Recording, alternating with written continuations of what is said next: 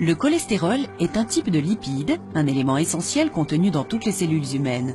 Toutefois, un excès de lipides et d'autres substances graisseuses dans le sang peut entraîner une hyperlipidémie et d'autres troubles lipidiques. L'hyperlipidémie est un facteur de risque significatif pour le développement de l'athérosclérose et d'une maladie cardiaque. Le système cardiovasculaire comprend le cœur, les vaisseaux sanguins et le sang. Le sang a de nombreuses responsabilités de maintien de la vie, incluant le transport de l'oxygène, du dioxyde de carbone, des nutriments et des hormones dans tout le corps. Le sang contient des globules rouges, des globules blancs, des plaquettes et des nutriments.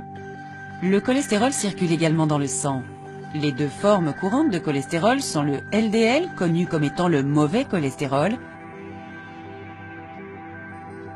et le HDL, connu comme étant le bon cholestérol. L'hyperlipidémie est le terme utilisé lorsque le sang contient une quantité de LDL supérieure à celle recommandée.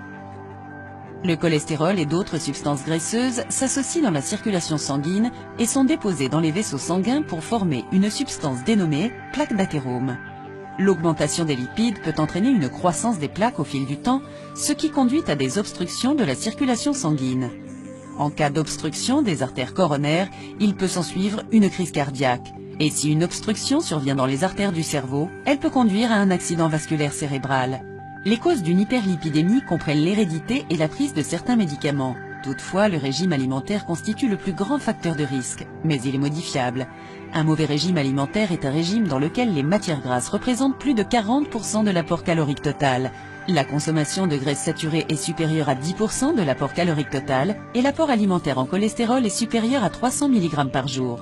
Il n'existe aucun symptôme d'hyperlipidémie, c'est pourquoi un dépistage du cholestérol par des analyses de sang doit faire partie d'un bilan de santé. Un médecin ou un professionnel de la santé peut recommander des manières de prévenir une hyperlipidémie.